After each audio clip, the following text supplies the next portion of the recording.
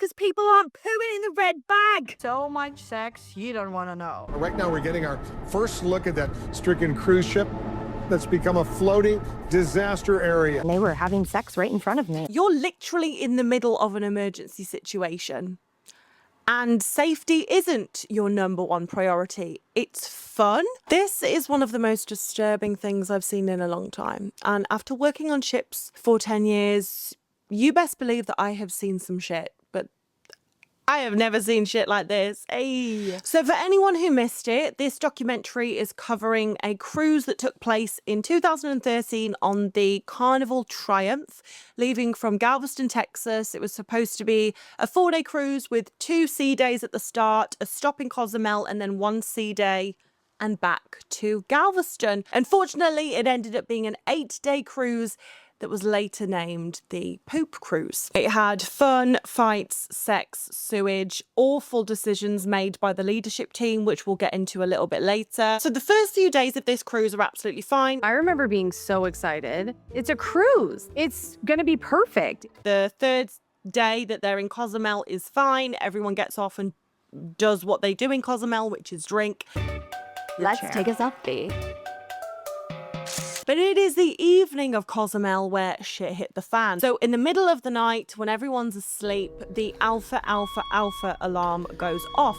Now, for those of you who don't know, cruise ships use code words for their alarms instead of shouting fire, fire, fire over the PA system. Because let's be honest, the last thing you need in an emergency is for all the passengers to start panicking. So that is the reason for the code names. But another thing that causes panic is not knowing what's going on. The feeling of uncertainty, not knowing what was going to happen.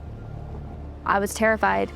Fire on a boat is even more terrifying than a fire on land. It can spread everywhere. So a fire has broken out in the engine room in the middle of the night. Now, after working on cruise ships for 10 years, I know, and all crew members know, that the last thing you want on a cruise ship is any kind of fire, because And there's nothing you can do. There's no firefighters that can come and save you. you are going to fight that fire with the equipment you have on the ship and the crew members you have on the ship. There ain't no one coming for you. And obviously fire can spread very, very fast. So it really is the number one thing that crew members and the leadership team on a cruise ship are worried about. He said there's been a fire in one of the 6 diesel generators, but it's out. But luckily they managed to put this fire out. Otherwise this documentary could have been a whole lot worse. So I do want to mention this because I feel like they skipped over this bit in the documentary, and that is, so the alarm sounded in the middle of the night, which means that all of the passengers and crew members would have had to have gone to their muster station. We're not going to need this information. Like, what are the chances we need to remember a muster station, right? And then there was an announcement made over the PA system at 6 in the morning saying that passengers and crew members can leave their muster station, go back to the cabins and go on with their cruise. Go back to your cabin, go back to bed, go and have some coffee, have some breakfast. Which means that they were probably standing around in that muster station for like 5 hours. And I understand why they skipped over this in the documentary, because it's not interesting footage, but I think it is worth mentioning how stressful this is for everyone. It's crowded, everyone's worried. People probably have been told at this point there is a fire, but no one knows if it's going to be put out. People are letting their minds run wild. They're going to the worst case scenario. The ship's going to sink, or we're going to have to evacuate the cruise ship and get into lifeboats. So even just having this situation where you had a fire and you had people standing around in the muster station for hours on end is awful and stressful enough without what happened next. And all of these systems shut down. The aircon shut off, the toilets shut off. So you've got people who are already really grouchy because they've been stressed and they're tired, and now all of these systems have just shut down. Now, usually if there was a power cut or a system cut out on a cruise ship, the engineers would go down to the engine room, sort out the power cables, and basically turn the system back on. But unfortunately, this fire in one of the diesel generators had burnt through all of the major power cables that power all of these systems. So the engineers obviously went down to look at this and they were like, well, there's nothing we can do because we need new wires, new materials, new parts to be able to fix this. So this is when shit starts to hit the fan. So everyone realizes that the toilets are not working. So the leadership come over the tannoy and basically say, we've delivered red bags to everyone's stateroom, and if you need a number 2, then go in the bag. And then the documentary basically follows this guy and his quest to not have to shit in a red bag. I am not gonna use the red bag. Just do a poo in the red bag. Just poo in the bag. But of course, people don't want to shit in a red bag. I'm gonna make it. So what people were doing is they were going to the toilet and then just laying tissue paper on top of what they had done. So it was a layer after layer after layer. It was like a lasagna. Like, I can't even imagine. The smell must have been absolutely revolting. So all of this is happening with the toilets, but you've also got to remember the other systems that are down, like the lights. And most of the cruise ship is interior, meaning there's no windows letting in light to most of the cruise ship. So when you are walking through the cabin corridors, it's pitch black, apart from the emergency lighting, which lights up like the floor area. When you were walking through the casino or some of the bars, it's pitch black. There's no light coming into that cruise ship. And of course, also the aircon is not working. So you are off the Gulf of Mexico on a cruise ship with no aircon. So then people start dragging their mattresses to the outer decks. One, because it's light in the outside, so you can actually see what's going on. But then also when they want to go to sleep at nighttime, you can sleep because you're not in an oven. So people are literally sleeping in these like shanty towns that they've created on the open decks. And something that stuck out to me is it's really interesting how quickly tribal mentality kicks in. So on the documentary, they were saying that because resources and food were limited, people just are out for themselves. Suddenly, people were very much like in survival mode.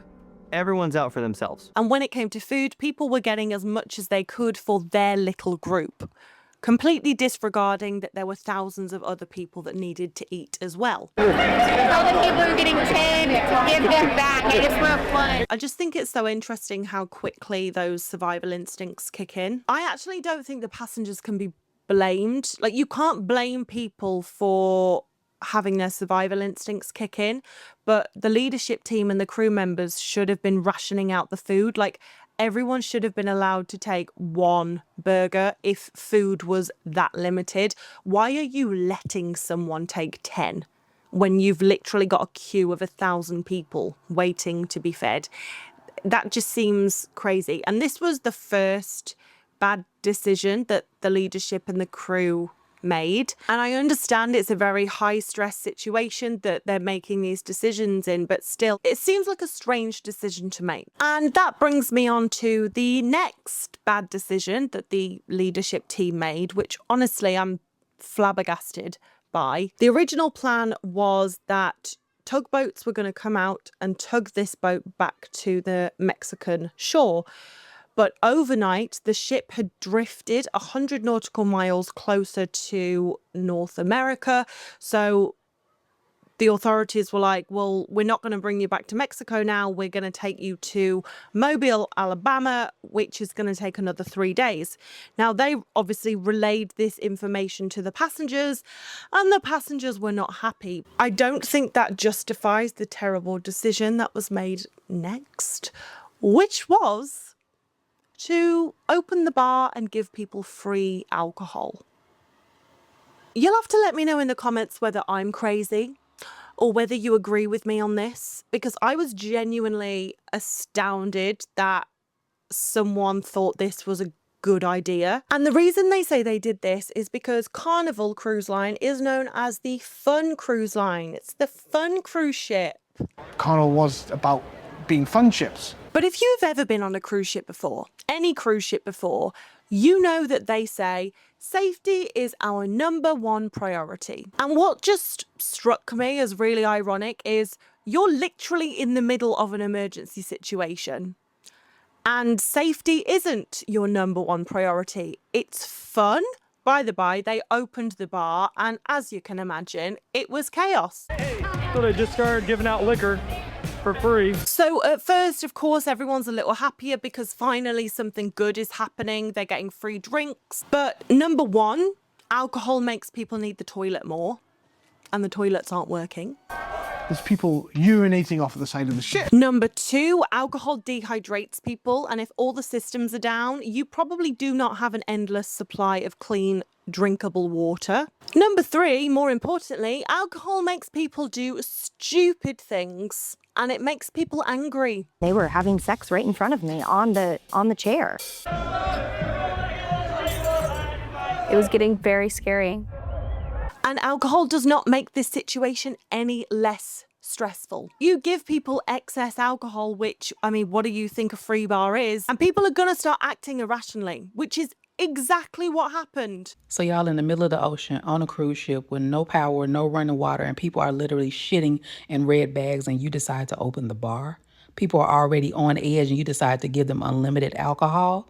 Y'all didn't think that through, did you? I mean, I see where you was going with it to try to, but it wasn't a good idea. You have to be so stupid to think that that was a good idea in that situation, to give people free, unlimited alcohol. Ration the food, but give them all the alcohol they want. What? And I know everything is easier with hindsight, and this decision was made in the most stressful of situations, so the person probably wasn't thinking clearly, but alcohol's not going to help. The bar opening for those 2-3 hours that was free drinks, whatever, was the dumbest idea ever. Imagine no plumbing. The place is already overflowing with literal feces, and you're going to throw in vomit. If the only thing to do on a boat with 4,000 people is to get drunk, everybody's gonna do it. So, no plumbing, shit and vomit everywhere. Also, safety issue, major safety issue. So that was the thing that shocked me the most. But can you believe it gets worse? It gets worse. So the tugboats finally arrive. But the weather changed for the worst. And with all the tugging, the ship started to list. Yeah, and this listing is gonna be nuts on video. If we revert back to what I said earlier about people shitting on top of shit, the shit lasagna, if you will.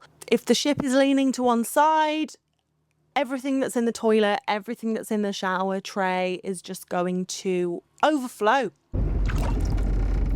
And that's the moment everything spilled. I just cannot even imagine it. So in the documentary, they show that there is just shit flowing all the way through the corridor. You would be walking down the hallway and all of a sudden squish, squish, squish, squish, and you know what you're standing in. And anyway, some people had some things to say, so let's have a look. I was on the Carnival Trainwreck Poop Cruise documentary on Netflix. It just came out, so let's get my take on it.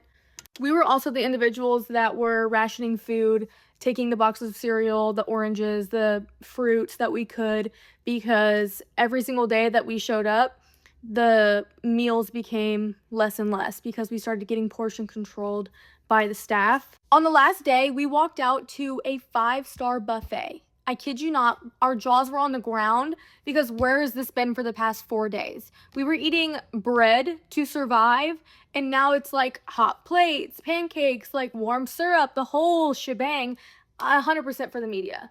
The reason they were probably rationing food so heavily, and then on the last day they were like, you can have it all, is because for those few days they didn't know how long it was going to be extended. It could have been extended another week.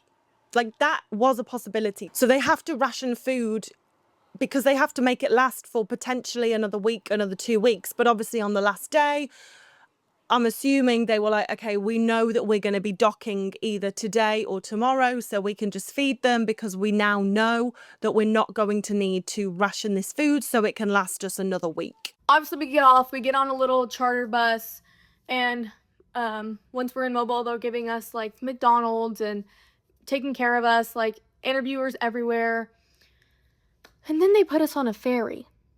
Can you imagine the pure drama when they put us on a goddamn ferry to get us across wherever over there after we were just stranded on a boat? Just cherry on top at that point. It was funny at that point. Cause what? Whose idea was that? Another dumb idea. Put them on a ferry. That's crazy. I'm really happy that she came on and gave her insight because that's really interesting. If I ended up in that situation, would I ever go on a cruise again?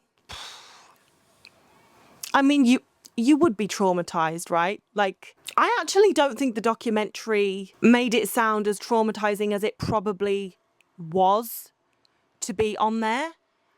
The documentary was entertaining, but with everything that we've gone through today, yeah, I imagine it was probably a lot worse than they made it sound on the documentary. But anyway, that's my take.